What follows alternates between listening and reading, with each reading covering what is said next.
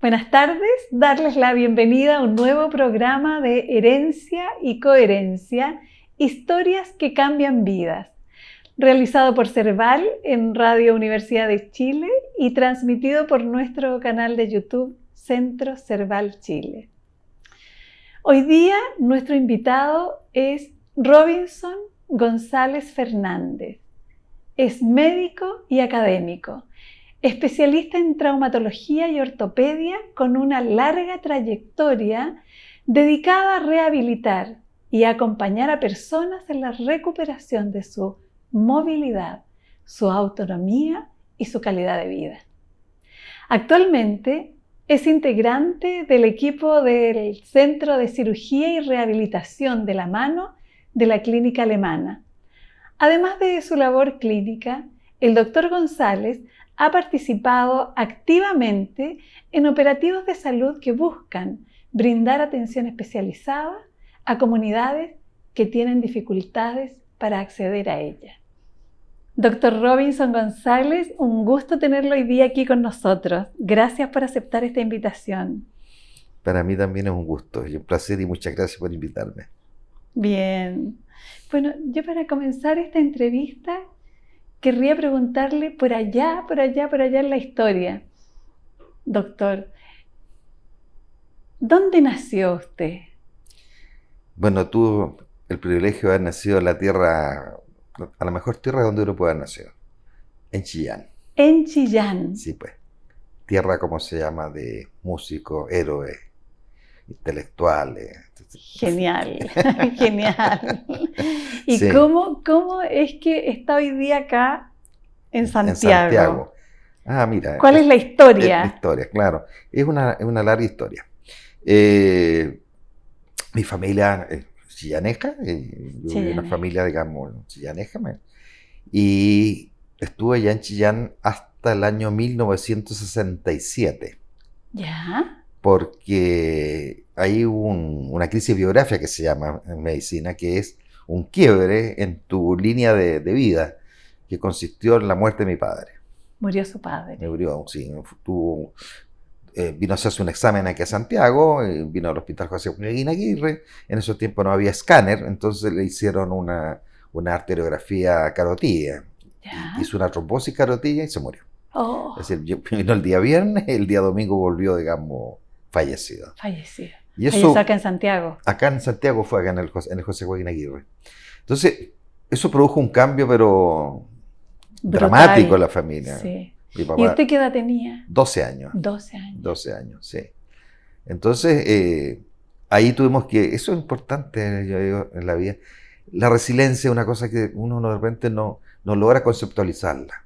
Pero yo creo que la resiliencia es una de las cosas más importantes y que uno debe cultivar, porque eso es lo que a las personas le da, digamos, el sentido de vida y además levantarse todas las veces que uno se caiga. Exactamente. Es la fuerza de poder volver a pararse cuando uno tiene eso. Ajá. Bueno, esto lo hicimos con mi mamá y con mi familia. Así, tengo 5 hermanos. 5 hermanos. Un hermano mío estaba afuera, en el extranjero, que se había ido a vivir, entonces éramos 4, 2 más chicos que yo y una hermana que era mayor, un poco mayor.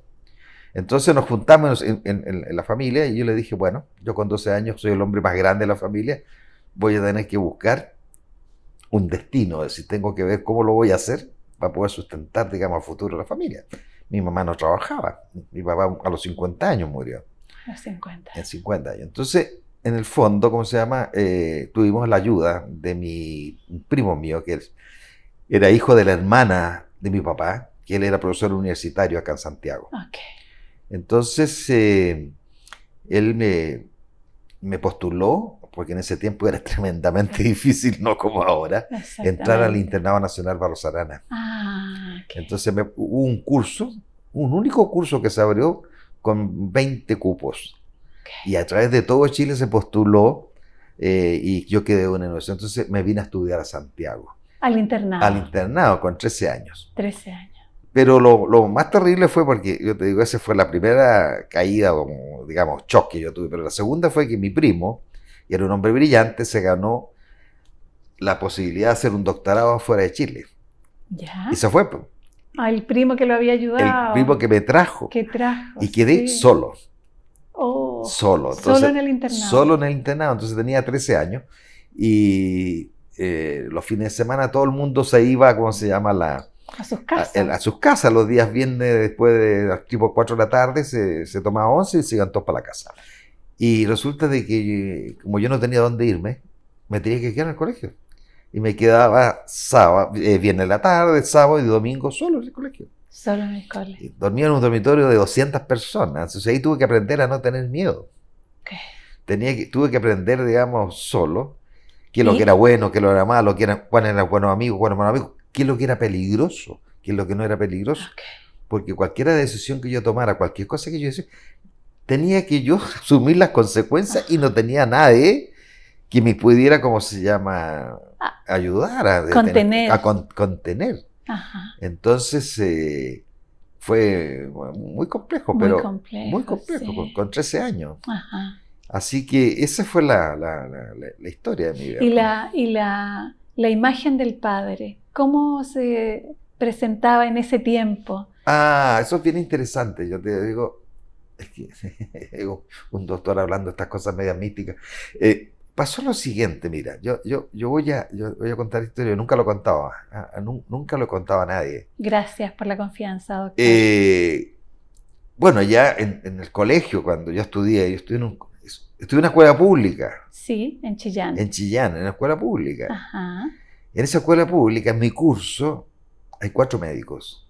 Genial. 4 médicos en la escuela pública. Genial. ¿Cómo se llama? Ministro de Corte, ingeniero, constructores civiles, profesores, directores de colegio, de mi curso, en una escuela pública. Precioso. Y nos juntamos todos los años. Yo vengo llegando de Chillán, ¿ya?, con la junta con mis compañeros. Precioso. Entonces, como te digo, estaba, ¿cómo se llama?, en la escuela pública, y yo tenía puro 7. Es decir, del primer año básico, la primera prueba que me hicieron, hasta séptimo básico, tenía puro 7. Genial. Entonces, eso fue lo que, ¿cómo se llama? Eso alentó a mi primo a postularme en Santiago, porque tenía algún grado de potencial y por lo tanto puede resultar acá. Entonces, mi profesor de castellano en el internado, que era un gran, ¿cómo se llama?, profesor y un dramaturgo, don Fernando Cuadra Pinto, un gran dramaturgo y profesor, que era terriblemente severo, terriblemente severo. La primera prueba que nos hicieron, a la semana que yo había llegado a Santiago, me saqué un 1. Un 1. Cosa que para mí, otra vez, otra caída, otro. Entonces, yo tomé mi prueba y me fui caminando por las escaleras y subí al 3er piso, que había una terraza en el internado. Ya. Y me senté, me arrodillé y me puse a llorar. A llorar. A llorar, a llorar, a llorar. A llorar a Mario. Es decir, esa sensación de fracaso infinito, sí, después de haber tenido, ¿cómo se llama?, ese éxito antiguo. Entonces, estaba en eso. Fíjate que tuve una cosa media extraña. Como que me salí de mí y me vi llorando, arrodillado. Y ahí no me da vergüenza contarlo. Pero ahí sentí la voz de mi papá. Y me dijo, esa no es la manera. ¿Qué? Así no vas a tener mejores notas. Ajá. Es una actitud, ¿cómo se llama?, cobarde. Tienes que aprender y tienes que darte cuenta. Tienes que estudiar mucho más y tienes que saber. Porque fue un dictado. Yeah. Era un dictado muy difícil, muy difícil. Por eso todo el mundo sacó un 1. Todos mis compañeros, todo el curso sacó un 1. Pero yo descubrí después que el profesor sacaba las palabras difíciles, o que él quería que nosotros supiéramos cómo se escribían, de unos libros de cuentos. Ya. Entonces yo tomé todo ese libro de cuentos y empecé a hacer, ¿cómo se llama?, una lista de todas las palabras y me las aprendí todas. Ya. Y de ahí para adelante me saqué puro 7 en los dictados, y el profesor me tomó de ayudante corrector después de hacerlo. Entonces yo sentí esa sensación. Y después de ese episodio, siempre sentí alguien en mi hombro. Siempre. Cuando tenía alguna duda, y no era una voz, pero en el cerebro, así una especie, sí, así como una especie así como de telepatía. Sí, perfecto. Sentía. Sí, mira, haz esto otro, esto está bueno, esto otro. Hasta el día de hoy. Genial. Entonces, mi padre físicamente desapareció cuando yo tenía 12 años, pero emocionalmente permanece. Siempre. Siempre, absolutamente siempre. ¿Cómo se llamaba su papá? Raúl. Raúl. Raúl, sí. Raúl. sí, Mm. sí, sí. ¿Y a qué se dedicaba? Mi papá era, ¿cómo se llama? Era contador auditor, pero se dedicó, ¿cómo se llama? Él era el encargado provincial, ahora se llaman de una gran empresa Ah, que compraban insumos para la agricultura, fertilizantes, compraban también lentejas, porotos, entonces los seleccionaban y los vendían, digamos, a gran escala, eran como proveedores del... proveedores, Entonces él genial, estaba a cargo de eso, genial. él estaba a cargo de Ajá. eso y fue, digamos, una persona muy influyente en mí, muy influyente, porque la verdad las cosas que es uno echa de menos, ¿ah? Los tiempos nuestros son tan distintos a los tiempos de ahora. Sin No, duda. todos los días en la tarde, cuando llegaba él, comíamos y después de eso nos íbamos al living y le reportábamos todo lo que habíamos hecho, las cosas buenas, las cosas malas que había pasado, con los tres hermanos chicos. Los tres hermanos Pero era chicos. todos los días, Ah, todos los días. mm. Y nos hablaba. Entonces yo pienso de que, a pesar de que yo alcancé a tener hasta los 12 años, era muy pequeño, me cargó el disco duro. Cargó el disco Me duro, cargó el disco duro, sí. entonces de manera que me Es súper dejó importante. valores. Y fíjate que hablando de eso, esto es una cosa que también lo conversamos con los compañeros cuando nos juntamos ahora. Nos enseñó algo que hoy día está en desuso. Y eso es causa de los grandes problemas que están pasando ahora en la sociedad. Fíjate que en ese tiempo no lo entendíamos y le echamos todo tipo de reprendas, digamos, a los tres hermanos. Mi papá nunca nos dio un peso. Nunca, nunca.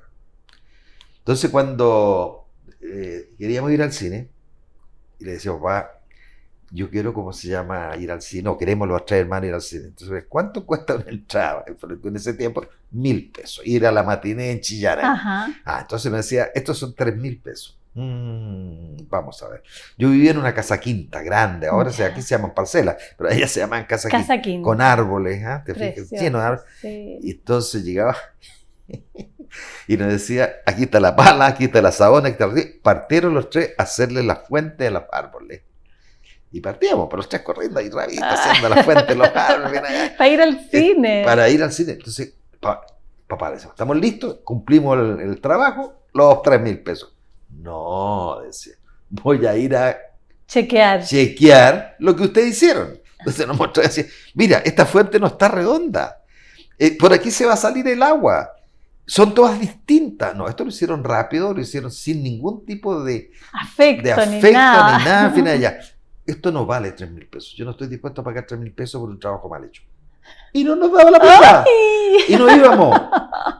Y después nosotros comenzamos con los tres hermanos cuando conversábamos así.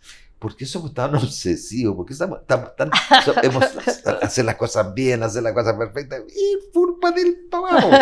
Y como te digo, eso de que el dinero significa un esfuerzo, fue una cosa que nos marcó. Ajá. Aprendimos a valorar el dinero. Sí. Mamá, ¿qué decía con toda esta...? Ella, ¿cómo se llama? Ella era dueña de casa, se quedó a criarnos. A criar. Y ella era cómplice con mi papá en la formación de nosotros. Bueno, ella era la severa, mi papá era el hombre que colocaba, digamos, las reglas, las normas, nos daba los consejos, te fijas, desde el punto de vista de la ética, la moral, y la mamá era la que hacía cumplir las reglas. Hacía cumplirla, pues de repente, ¿cómo se llama? Cuando no la cumplíamos teníamos alguna anécdota compleja. Y así, pues bueno, después en el INBA, en el internado, en ese tiempo era un colegio pero de excelencia también ahí, con mis compañeros. Ese colegio, varias veces me han preguntado, ¿qué pasó con el INBA? ¿Qué pasó con el internado? Yo te lo tengo muy claro, El Internado Nacional Barros Arana, en mi época, estamos hablando de los años 68, 69, 70, era un instituto nacional que dependía del Ministerio de Educación, que era un colegio de excelencia donde estaban, en ese colegio, el mejor alumno de Antofagasta, el de Calama, el de Iquique, de todo el país. De todo el país, porque en ese tiempo los colegios particulares todavía no existían. Y la enseñanza pública se había empezado a deteriorar lentamente. Entonces los padres de los chicos de provincia que veían que los niños podían tener un buen futuro, los mandaban al colegio, al INBA, porque eso les significaba, digamos, una cierta seguridad que iban a tener buena educación. Ajá. Y después sería hacer... más fácil entrar a la universidad. Y no hay que olvidar que en esos tiempos la universidad era pequeña. Pequeña. Y habían pocos poquitos cupos. Había muy pocos cupos Sí. para todas las carreras. Entonces, en el fondo, se necesitaba asegurar. Y entonces, eso pasaba. Era un colegio de élite, evidentemente. Entonces, Ajá. todos mis compañeros eran... Y ahora, después tú los ves, ocuparon grandes cargos, fueron grandes personas. Todos mis compañeros, Ajá. que también hoy día me voy a Melipilla en la tarde y mañana nos juntamos todos los compañeros de Lima. Genial. Se van generando lazos, ¿eh? Sí. Y son imperceptibles, para toda la vida. Para toda la vida. Entonces, sí. ahí, como te digo, en ese colegio terminé el cuarto medio y después tenía que dar la prueba. Das la prueba. ¿Y en las vacaciones volvías a Chillán? En las vacaciones volví a Chillán, exactamente. Okay. Sí. En las vacaciones me iba a Chillán. ¿Y qué fue del tío?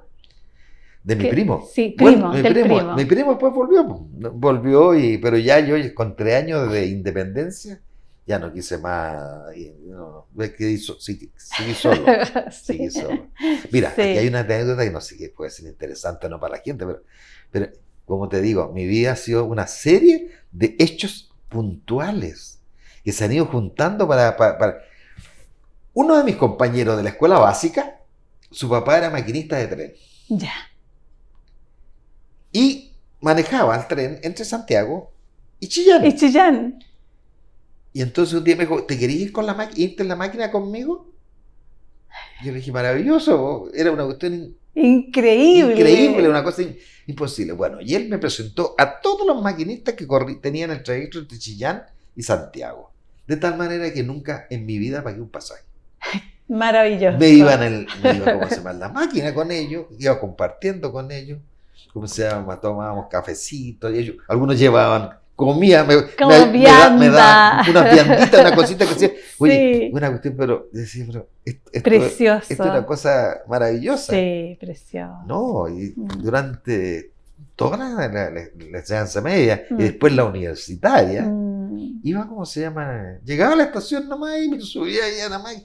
Y eso estaba prohibido, no se podía hacer. ¿Te fijas?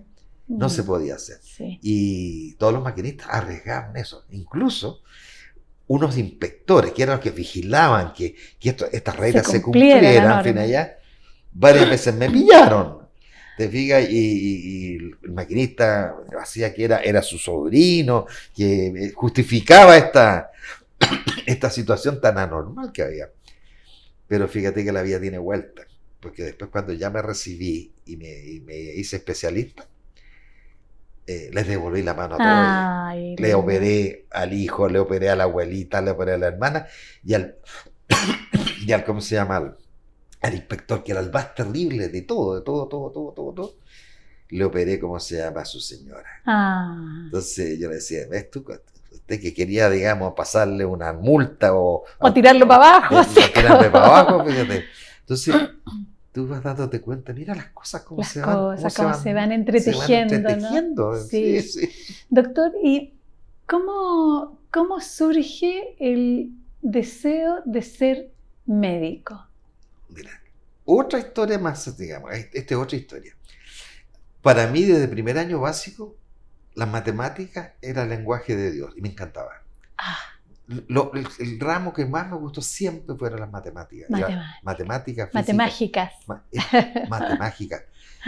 Mira, y en tercero básico, a mis compañeros que no entendían mucho la suma, la resta, la multiplicación, yo los dejaba en la sala y decían, no salen a recreo. Ya. Y le hacía una especie de ayudantía a mis compañeros para que, ¿cómo se llama? Aprendieran. Pues no podía entender, pues esto es tan fácil, es tan lógico, es tan sencillo. ¿Cómo no pueden aprender a sumar, a restar, a dividir, a multiplicar?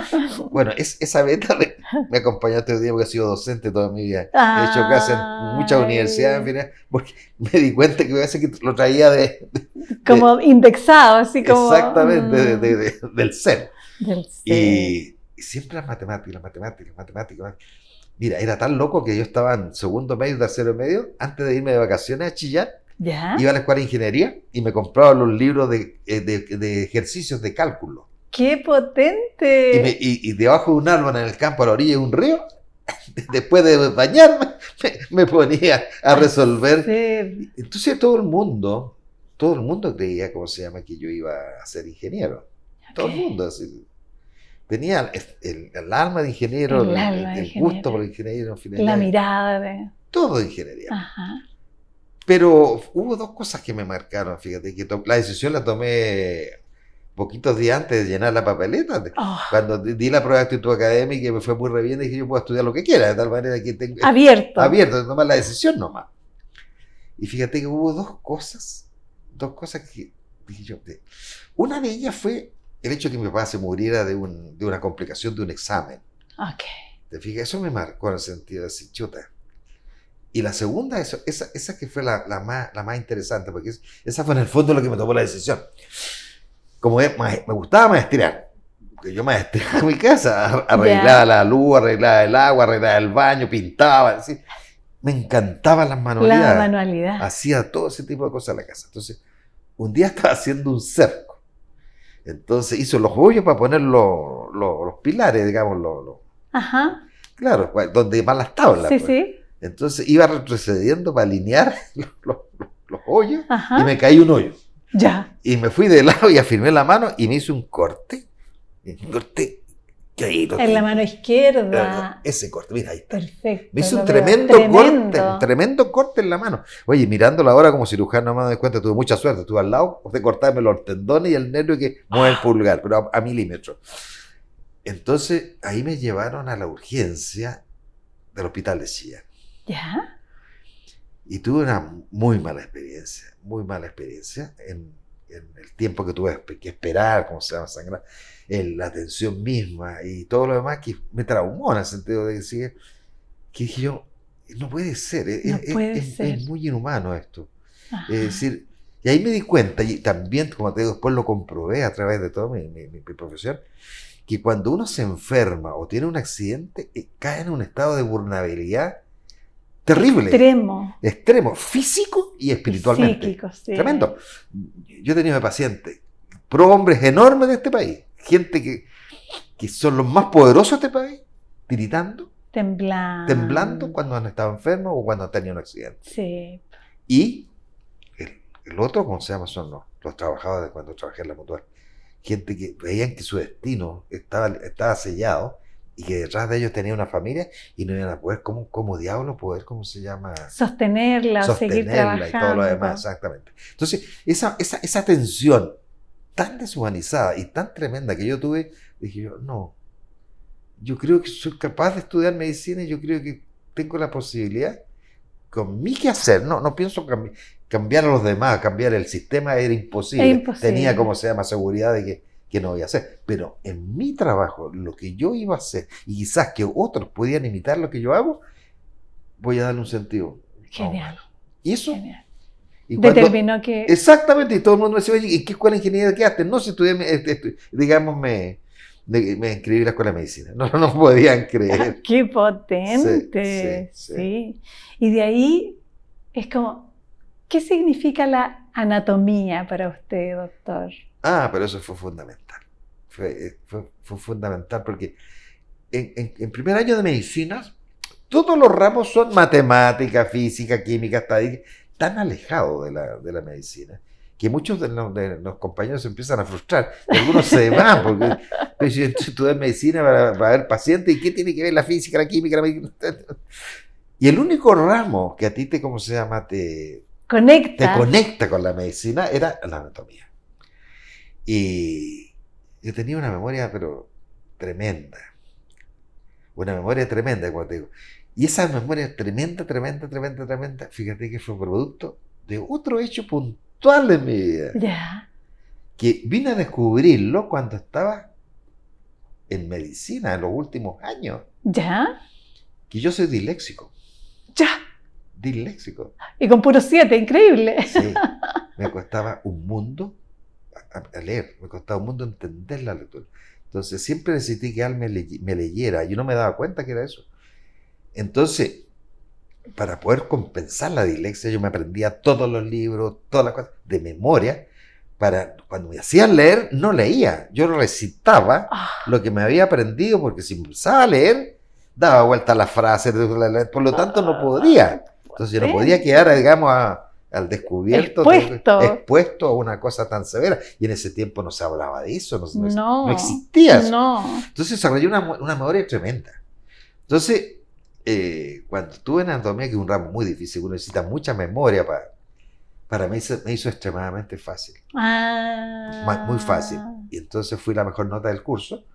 Y el profesor de anatomía de la Universidad de Chile me dijo, usted va a ser mi ayudante. Así que usted que lo necesito como ayudante. Y ahí partió mi carrera académica en la anatomía. No, en anatomía, porque partió mucho antes, a los 9 años, cuando enseñaba matemáticas. Sí. Claro, exacto. Y fíjate que yo siempre a los estudiantes les digo, si van a ser cirujanos, es fundamental que estudien anatomía. Es fundamental que participen en un departamento de anatomía, porque te da una ventaja, pero descomunal. Sin duda. Descomunal. Se te hace todo fácil. Sin duda. ¿Te fijas? Para que tú tengas una idea, por ejemplo, cuando uno va a operar, por ejemplo, una fractura de antebrazo, hay una cantidad enorme de músculos, hay nervios, tendones.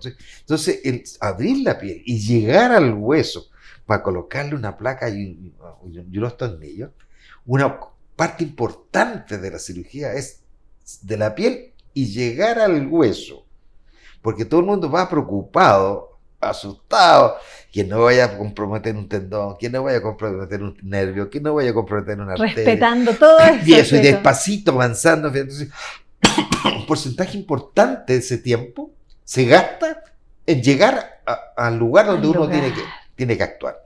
En cambio, cuando tú eres en anatomía, en 1 minuto, 2 minutos, estás en el lugar. Y entonces el colocar la placa, los tornillos, en fin, allá. Entonces, tú te das cuenta que una cirugía, por ejemplo, antebrazo, dura 1 hora y media más o menos. Nosotros hacíamos la cirugía en 40 minutos.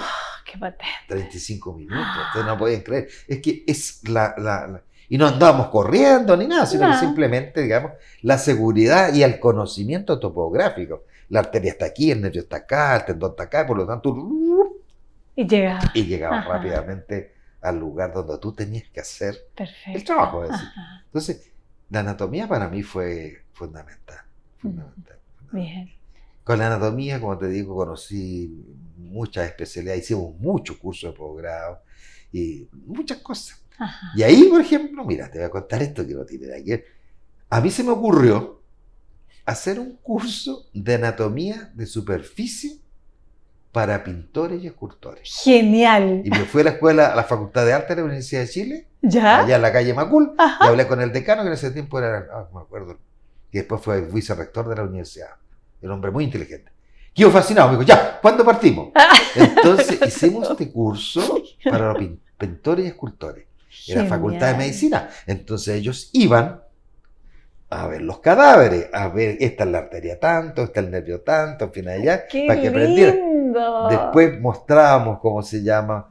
Una pintura, mostrábamos el Miguel Ángel, la escultura de Miguel Ángel, o algunas pinturas, y decían, esto está bien, esto está mal, ahora, este relieve, ¿a qué se debe? Y iban aprendiendo. ¡Qué precioso! Estaban fascinados. Y después teníamos una modelo donde ellos dibujaban la modelo, iban haciendo todos los relieves, los músculos, y le iban poniendo los nombres. No, fueron 7 años maravillosos. ¡Precioso! Ahora, todos los pintores famosos que hay ahora fueron alumnos míos. El Bororo, Sammy Membañor, ¿cómo se llama? La Eva Lefebvre, el Michael, el Jaime León, todos ¡qué lindo! Fueron alumnos míos, pero oye, lo pasamos, pero fantástico.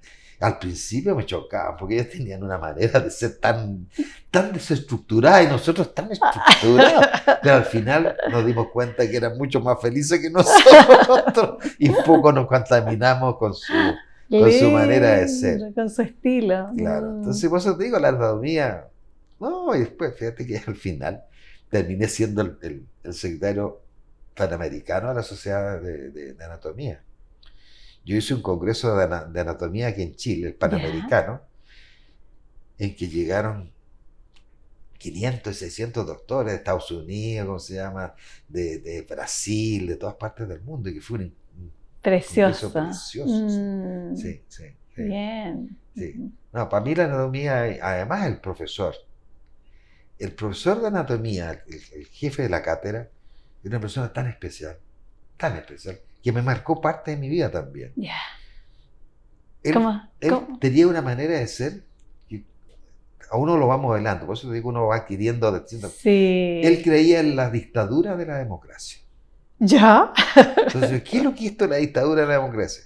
Hacíamos sesiones sobre, vamos a hacer un tal cosa, en fin, allá. Cada uno tenía que, ¿cómo se llama? Que emitir su idea, cómo le parecía que tenía que ser, cómo la forma que lo íbamos a hacer, cuáles son las bases, digamos, teóricas de lo que íbamos a hacer, cuáles son las actividades prácticas que íbamos a desarrollar, cómo esto lo íbamos a evaluar, en fin, allá. Todos tenían que participar y cada uno de ellos tenía que emitir democracia pura. Perfecto. Después de eso, se hacía un consolidado ¿Ya? y decíamos, esto es lo que va a ser el departamento. Y ahora viene la dictadura. Tenemos que cumplir exactamente lo que debemos todos decididos para que esto tenga como se llama eficiencia. Desarrollamos un método que hoy día es furor. En esos tiempos nos miramos un bicho raro. Nosotros Seguro, decíamos, pero es más vanguardista. la educación, el profesor no puede ser el artífice de la educación. El proceso de enseñanza-aprendizaje se hace en que cada una de las personas vaya aprendiendo. Entonces, antiguamente, el profesor se colocaba, ponía los huesos, entonces le iba mostrando, y le decía, mira, este hueso es tal, tiene tal estructura, en fin, allá, ta. No, el profesor decía, no, nosotros vamos a ser guías. Le vamos a decir, tienen que estudiar esto, y ellos estudiaban por su cuenta, y en los pasos prácticos los dejábamos solos y le dábamos unas guías para que fueran aprendiendo. Y cada uno de ellos eran su propio motor, y ellos aprendían por su cuenta. Genial. Y eso nos dio una ventaja, pero tremenda. Como aprender a aprender. Como aprender a aprender. Y en esos tiempos, como te digo, fue muy revolucionario. Seguro. Sí. Entonces, no, yo te digo, la anatomía es una parte muy importante. Que, como te digo, como formación, como estructuración para trabajar y también como para conocer gente también. Seguro. Y para la cirugía es fundamental. Fundamental. Así que ese punto interesante. Interesantísimo, porque además abarca no solo la medicina, sino que abarca el arte y todo lo que tiene que ver como con lo cinético, el movimiento y la reparación, ¿no? Sí. Fue una parte importante. Importante. ¿Y cómo fueron en la escuela de medicina las distintas rotaciones y especialidades? ¿Cómo llegó a la traumatología? Bueno, eso también es otra. ¿Te fijas? Hubo un hecho fortuito. Entre comillas. Que me produjo. La verdad, las cosas que la escuela de medicina yo estudié en la Ciudad Occidente, en el San Juan de Dios. En el San Juan. Pero era chiquitito, porque nosotros éramos 33 compañeros. Ya. Entonces, en tercer año en medicina nos dividieron por letras. Ya. Entonces, mi grupo éramos la F y la G y la H. Entonces, los apellidos, y éramos un grupito que éramos como 8.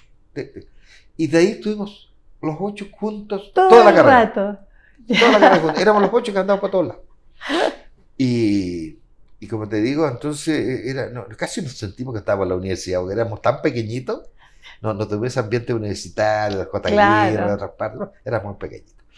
De tal manera que, ¿cómo se llama? Que eso se fue dando, y cuando estaba llegando a cuarto año de medicina, y ya estaba independiente, como te contaba, que ya no me volví a la casa de mi primo, entonces yo arrendaba una pieza en una pensión, cerca del San Juan de Dios, que quedaba ahí.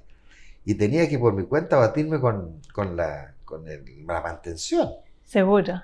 Entonces se abrió un concurso en el hospital traumatológico para ser ayudante de los doctores que hacían turnos de noche y los fines de semana, que no querían hacer la ficha, que no querían ingresar a los enfermos, que alguien tenía que dar un sushi que le hiciera la historia, ingresar a los enfermos, le ayudara a hacer las cosas. Entonces se abrieron 6 cupos. Ya.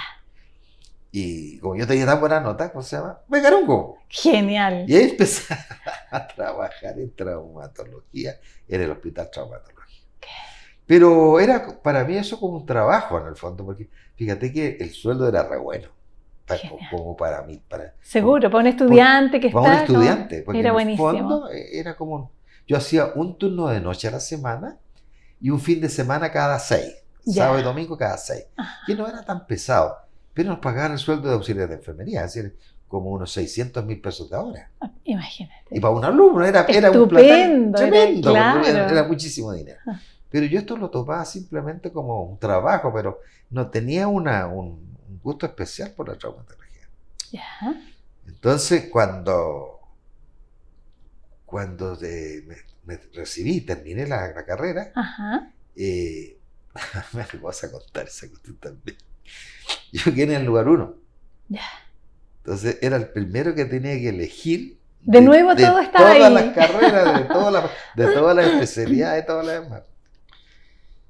Y a mí me di cuenta, ahí reflexioné sobre sí mismo. Yo tengo mucha habilidad manual porque desde chico que maestriaba, que en general, todos los traumatólogos son maestritos, todos hacen Me trabajos gusta. manuales. Entonces yo tengo una ventaja, digamos, comparativa, que eso me puede servir. Y en segundo lugar, sentía que la traumatología estaba tan atrasada en ese tiempo, era tan precaria, era tan así. Nadie quería ser traumatólogo. Nadie quería. Nadie quería decir, dedicarse a la traumatología era, pero oye, lo último. Ya. De lo último. ¿No? En esos tiempos era hacer cirujano de cardiovascular, neurocirujano, o ser un internista, un nefrólogo, es decir, carreras donde digamos, era como el glamour de eso. Glamour, ¿no? Ser traumatólogo era, pero no. Entonces, cuando me tocó tomar la decisión, yo pensé 2 cosas. 1, tengo habilidad manual. Y en segundo lugar, ya llevo 3 años prácticamente haciendo traumatología. Ya tengo un paso adelante. Adelante. Y además, hay pocas personas. No me va a costar demasiado, digamos, avanzar. Ajá. Y tomé la decisión y postulé, y por supuesto me gané la beca de traumatología. Cosa que también todos mis amigos, mis compañeros, mis colegas, y los ¿cómo se llaman? Los profesores de la escuela, decían, ¿cómo se le ocurrió a este tipo, cómo se llama, hacer esta especialidad? Y justo, te fijas, vino una cosa maravillosa, de que empezaron a tomar importancia las mutuales. Ya. El Hospital del Trabajador, la Mutual de Seguridad, el Instituto de Seguridad del Trabajo. Y eso le dio un impulso insospechado a la traumatología. Seguro. Se incorporó tecnología, gente con buen nivel académico y además, que te digas, con cabeza, empezaron a elegir traumatología, ya no como lo que quedaba. Así como lo que quedó en la claro, ola. esto fue lo que quedó, lo que la boda, sino que como una decisión de... Y eso le cambió ¿cómo se llama? El pelo a la traumatología. El pelo. Sí, sí. Sí. Mira, ¿te das cuenta? Imagínate, eso fue un hecho puntual de haber ganado ese concurso, porque yo, como te digo, no tenía ninguna gusto por hacer traumatólogo. Okay. Ajá. Y después también yo trabajé como traumatólogo en el traumatológico 16 años. 16. Trabajé en la Mutual de Seguridad 30 años. 30 años. Y ahora yo me acabo de cumplir 30 años en la clínica. Entonces, en ese tiempo uno hacía de todo. Yo en el traumatológico, en la Mutual de Seguridad y en la clínica alemana tenía que operar de todo. De todo. De todo. La cadera, la rodilla, el hombro. Pero no se nos hacía difícil, porque como te digo, la anatomía para la nosotros... anatomía. Claro, y la formación en el traumatológico fue una muy buena beca. En ese tiempo era maravillosa esa beca. Seguro. El traumatológico. Era el alma mater de la traumatología. Ajá. Y cuando, ¿cómo se llama ya? Te fijas, vinieron nuevos tiempos. El director del Instituto Traumatológico, había una sola persona que se dedicaba a la cirugía de la mano. Nadie más, era el único. A nadie le gustaba la mano. A nadie le gusta la mano. Era muy difícil. En una superficie muy pequeña había nervios, tendones, muchas cosas complicadas. Uno hacía una incisión de 1 centímetro y podía dañar todo. Nadie quería. Y en segundo lugar, en general los médicos son exitistas. ¿Eh? Ya. Los médicos quieren tener éxito. Éxito. Sí, son winners. Y la mano no, por la mano una cirugía difícil, de resultados malos, regulares. Fíjate que para tener éxito en la cirugía de la mano, se juntan 3 cosas. Ya. Tener un muy buen paciente que entienda y participe en su rehabilitación, Ajá. una muy buena quinesioterapia de apoyo y una buena cirugía, es decir, un buen cirujano. Un buen cirujano puede hacerlo perfecto, pero si el paciente no obedece, no entiende, el resultado es 0. O si el kinesiólogo le puso más color a la red, le cortó el tendón. ¡Ay, no! Entonces, el éxito tuyo depende de un equipo. Depende de un equipo, depende de mucha gente. Entonces, nadie quería dedicarse a eso. Entonces, cuando se tuvieron que formar las especialidades, en el traumatológico, el director del hospital me llamó. porque el viejito era un famoso, un doctor, fue muy famoso ese doctor. Tuvo mucha fama internacional, Ya. que se dedicaba a la mano el doctor Walter Hill. Walter Hill. Era un hombre, inventó técnicas que hasta el día de hoy funcionan. Oh, Y resulta como si él se fue. Pues. Y resulta que nadie quería dedicarse, nadie quiere hacer la mano. Y la mano, fíjate que aporta más o menos el 25% de toda la traumatología. oh, Porque las manos están las manos muy fundamentales, expuestas. claro. Entonces me llamó el director y me dijo, mire, nadie quiere dedicarse a la mano. Como usted sabe anatomía, va a meter menos la pata y va a causar menos daño. Así que hoy día usted se dedica a la mano. Así me dediqué a la cirugía de las manos. Además venías con este trauma de la lesión de la mano. Que yo había tenido. Sí. Entonces, ¿cómo se llama? Eso pasó que entonces de ahí me tuve que dedicar a la mano. Entonces seguí en el traumatológico de la mano hasta que el médico que se dedicaba a la mano en la Mutual de Seguridad se iba a jubilar, y como nadie que se dedicara a la mano y nadie quería, me empezaron a llamar de la Mutual, oiga, véngase para acá, porque aquí hay muchos pacientes que tienen lesiones de mano, y no tenemos casi gente que se dedica a la mano. A mí me costó mucho negociar, porque yo en el traumatológico, aparte de hacer cirugía de la mano, formé el departamento científico docente, para poder establecer y ordenar la beca de traumatología. Perfecto. Ahí me saltó de nuevo lo docente, lo académico. Lo académico, y ahí formé, y la beca de traumatología, yo participé en la organización, los ramos teóricos, los ramos prácticos, los objetivos generales, los objetivos específicos, genial, las rotaciones. Genial. Yo creo que nadie se debe acordar, pero no importa un leo que se acuerde o no se acuerde de mí, porque la vanidad pues, no existe conmigo. Entonces, ¿cómo se llama? Empecé a negociar, y finalmente me fui a la moto. Ya. A reparar manos. A reparar manos. Y me quedé en la Mutual. Y mira qué coincidencia. Mira, son puras coincidencias. Entonces, doctor Robinson González Fernández. Entre mezcla de español y mapuche. ¿Cómo llegó a la clínica alemana? Por una coincidencia. Resulta que cuando estaba formando la beca de traumatología de la Universidad de Chile, ajá, el Hospital Clínico de la Universidad de Chile se peleó con el Ministerio de Salud. Ya. Porque el Ministerio de Salud y FONASA no le pagaba las prestaciones al J. Aguirre. Entonces J. Aguirre dice, mire, tengo un tremendo déficit porque el Ministerio y el FONASA no nos va a pagar. No nos paga. No hay más, ¿cómo se llama? Prestaciones al servicio. Y el J. Aguirre, es decir, el Ministerio dijo, perfecto, pero los becados de la Universidad de Chile, la parte infantil, no van a ningún hospital del Ministerio de Salud. Y ahí se produjo un impasse que me mandaron a tratar de solucionarlo. Entonces yo fui al ¿cómo se llama? Al Roberto del Río, a hablar con el jefe de cirugía infantil, a hablar con el jefe, ¿cómo se llama?, de traumatología infantil, a ver si me podían recibir los becados de la Universidad de Chile. Ay. Y no se podía, porque, mire, fueron tantas las conversaciones, fueron tantas, y al final parece que tuve un poder yo de convencimiento, decir, mire, esto es por Chile, esto es por el futuro del país, esto hay que hacerlo mire, invocando, digamos, el bien común, y que esto, los becados de la Chile se iban a ir a provincia, Temuco, Concepción, Valdivia, en fin, allá. Entonces, el negarse a esto, en el fondo estábamos negándole a la población chilena de que los becados tuvieran una mala formación a la parte infantil.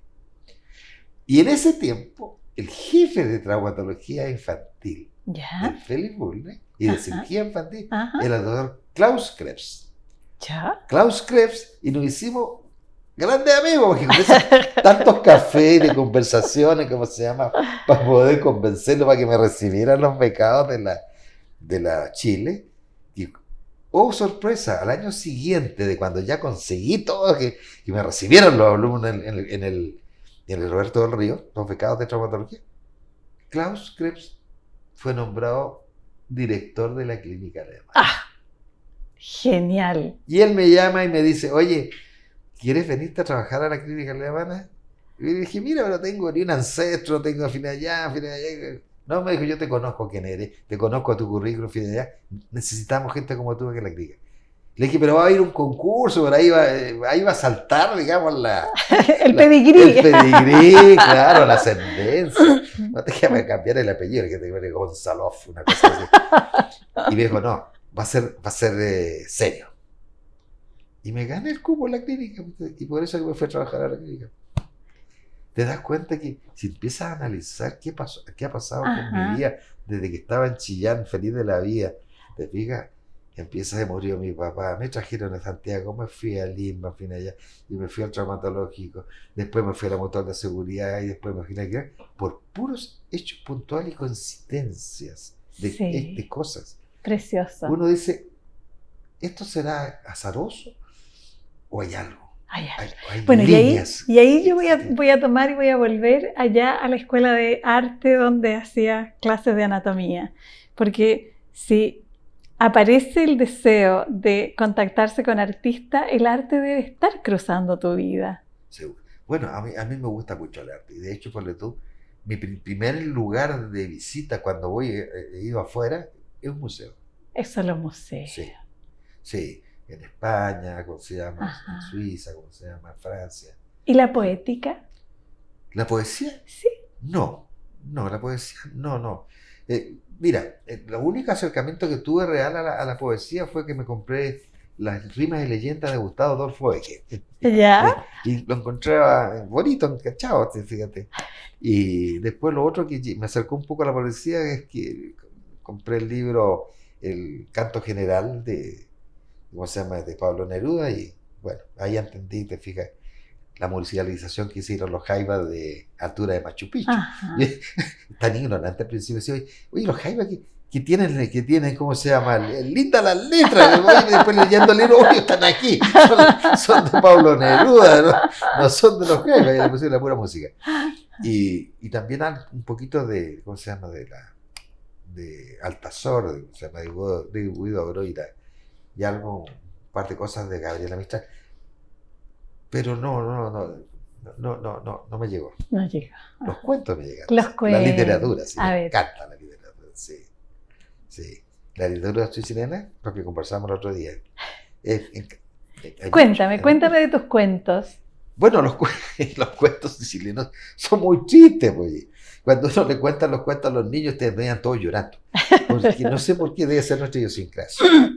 Pero a mí me marcaron algunos cuentos infantiles, te fijas, que me hicieron leer cuando estaba muy pequeño, ¿eh? Me Chiquito. hacían leer. Y eso yo echo de menos también. Los niños de ahora no casi no leen, ¿eh? Están todos metidos ahí en el computador, es decir, en el iPad o en el celular. Pero nos hicieron leer, por ejemplo, el libro Cuento de Cóndor de la Marta Brunet. Triste, pues, terrible el cuento, terrible el cuento. Muy triste, pero con un final feliz. Después está el cuento Lucero. El cuento Lucero es un cuento maravilloso, pero triste, terrible. Sí. El tipo termina matando su caballo favorito. Después, adiós a Roibarbo, el niñito que trata de salvar el caballo de ¿cómo se llama?, de la carretera de la panadería, porque ya estaba muy viejo, que el dueño dijo, lo voy a llevar al matadero, y el niño en la noche lo raptó, se lo llevó, y lo llevó lejos para salvarlo. Ay. Y el caballo volvió, porque lo único que sabía es que Era volvió en la noche. volver. Son cuentos así, ponle tú un vaso de leche, el vaso de leche es terrible. ¿Cómo se llama el otro? No tiene que le escriba, ¿cómo se llaman? Son muy libros así, cuentos Sí. muy tristones, ¿eh? Esta literatura. Ahora, ¿Y usted escribe, doctor? eh, mire, en la época, ¿cómo se llama?, que tuvimos la pandemia, Sí. escribí 3 cuentos, pero, ¿Ya? pero ¿cómo se llama? O sea, tengo tanto pudor que no se lo he mostrado a casi nadie. Pero son interesantes, son interesantes. Seguro, Sí, seguro. sí. Ujú. Sí. Ahora no tienen ninguna métrica, no tienen ninguna ciencia, nada, ninguna cosa, nada. No sabemos, porque como no lo ha mostrado. Claro, sí, no, seguramente no tiene estructura literaria ni nada, no sé qué, es un contar de historias, Un ¿no? contar de historia. Sí, nada más, pero algún día a lo mejor me voy a atrever a mostrárselo a alguien, ¿no? Sería lindo. Sí. He hecho tantas cosas en mi vida, tantas cosas, que después yo me he admirado, fíjate, cuando estaba estudiando, me ocurrió eso, fui profesor de la Cruz Roja. ¿Ya? Estaba estudiando, estaba en 4º año de medicina y fui profesor de la Cruz Roja. Genial. Tengo una anécdota tan bonita de eso. A ver. terminé con el curso de la Cruz Roja, terminó el año y tuve una alumna que era profesora, ella, de un colegio, y que era tan brillante, sacaba puros 7 en las pruebas que yo le hacía pruebas difíciles, de primero auxilio, te fijas, de cardiorresucitación, de todo, de lo que era la presión, un curso bien completo y también de curaciones, de inyecciones, sacaba puros 7. Y ella estaba tan emocionada con haber, yo creo que ella algún día a lo mejor soñó haber sido médico, ¿te fijas? Seguro. Y esto como que la conectó. Y terminó el curso el 23 de diciembre y ella me dijo, oye, yo quiero hacerle un regalo. ¿Por qué? Porque estoy tan agradecida de todo el curso, en fin, ella. Pero no alcanzo a entregarle el regalo. Y usted me dijo, no, yo le dije el día 23. Yo a la tarde me voy a Chillán, me voy, ¿cómo se llama? A donde mi familia. Oye, y pucha, me dijo, ¿y qué? Me voy en tal tren. El tren que salía ese tren iba a Temuco o a Valdivia, se llama el Valdiviano. El Valdiviano. Salí como a las 9 de la noche de Santiago. Y estaba dentro del tren y de repente me empiezan a llamar por los parlantes. Ya. Se necesita el señor Robinson González que se aproxime a la oficina de jefe de estación. Ahí en la estación central. Ajá. ¿Y qué significa esto? Por favor, antes que el tren se vaya, necesitamos urgente que parezca. En fin, allá. Y dije, ¿qué diablo pasó? Y fuimos. Y estaba esta niña que me había hecho una torta. Y me habían ido a dejar una torta de regalo en agradecimiento. Qué lindo. Por el curso. Yo llegué con la grata a mi casa y mi mamá me decía, oye, ¿a dónde sacaste esta torta? ¿Dónde la compraste? ¿Por qué llegaste con una? Llegué como a las 4 de la mañana a mi casa con una torta en la mano y me con la torta y con la maleta. No, pero que es increíble. Qué lindo. Y me han pasado miles de cosas sí. así, anécdotas. Sí. Doctor, y estamos en el último tramo de la entrevista y yo quisiera hacer una convergencia de preguntas. ¿Qué significan para usted la muerte, los duelos, la pasión? Bien. Vamos con la muerte. La muerte es, para mí, y esto lo vivimos de forma absolutamente real, hace 2 meses atrás. 2 meses atrás. Uh-huh. El ser humano, el ser, tiene un cuerpo y tiene un alma. Es decir, todos tenemos claro que no la conciencia, estamos hablando del alma de la persona. Existe un alma y existe un cuerpo. El alma habita el cuerpo. Y esa alma tiene una información cuántica que está ahí. La física cuántica nos está llevando a eso. A eso. Nos está llevando a eso. Entonces, ¿qué sucede? Que cuando la persona muere, uno tiene que hacer una analogía. Es como una jaula con un pájaro adentro. Cuando la jaula tú la tomas, la dejas y abres la puerta, el pájaro sale y vuela. Y se va a otra dimensión, estuvo ahí. De tal manera que para mí la muerte es eso. Es el deshabitar del alma de un cuerpo físico que ocupó durante el tiempo que existió en esta dimensión. Ajá. Entonces, eso sucede así. Me vas a creer que nos pasó una cosa increíble. Hace un par de meses atrás murió mi suegra. Yeah. Y habíamos pocos digamos, familiares. Y en la tumba de esas que están en tierra, que tienen cemento, en fin, ella se levantó la tapa, se metió adentro el ataúd, se cerró. Y alguien dijo, ¿quiere alguien decir algunas palabras sobre esto? Bueno, dijimos esto. Esto es simplemente una transición. El alma de la señora, de la suegra, ha visto que el cuerpo le abrió una puerta. Ajá. Y ella salió hacia el y en ese instante aparece un pájaro negro, así como tordo, así Ya. como un mirlo, Sí. grande, negro, se posa, estando todo ahí mismo, al lado. El pájaro se posó en la losa de cemento y la recorrió por el borde, dio toda la vuelta, hizo el cuadrado caminando, se puso al centro de la lápida y Y voló. voló. Qué lindo. Quedamos todos qué perplejos. atónitos de eso. Entonces, para mí la muerte es eso, la muerte, ¿cómo se llama? Y esta otra cosa, mira, yo le quisiera decir a la gente algo que no hayan conceptualizado. A mí me gusta hacer analogía para poder entender. Analogía. Ajá. La muerte, dice, Dios, el Creador, es injusto. ¿Por qué murió una niñita que tenía 2 años? Esta que murió 5 años. Y otro señor vivió 100 años. ¿Por qué lo sacó de esta existencia a los 7, a los 15, a los 20? Y otro murió 100, 80, 90. Ahí hay un error en la conceptualización de la muerte. La muerte está en un espacio, digamos, sideral. Nuestra mente es muy pequeña. Es muy pequeño. El tiempo humano es tan pequeño que nos hace ver ese.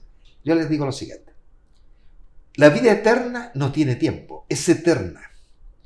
Cuando uno deja y se muere, y esta alma sale a la eternidad es tan grande que haber vivido 1 año, haber vivido 5 años, haber vivido 100 años, para la eternidad da lo mismo. Una gota. Es una en un gota. océano. Entonces da lo mismo. Ujú. Da lo mismo entonces Sí. morirse a los 5, a los 20. Ajá. Pero esta vida terrenal sí que es distinto. Por cierto. Pero resulta que la vida es cósmica, por lo tanto Ajá. es así. Entonces yo te digo, hay que estar tranquilo. Hay que estar Hay tranquilo. que esperar que le lleguen las cosas como vengan nomás. Uno tiene que vivir nomás y pensar, es decir, ser feliz en este mundo hasta cuando tu puerta se abra y tu Hasta que la alma puerta sea. vaya a otra Sí. dimensión. Y quizás puede existir otra dimensión.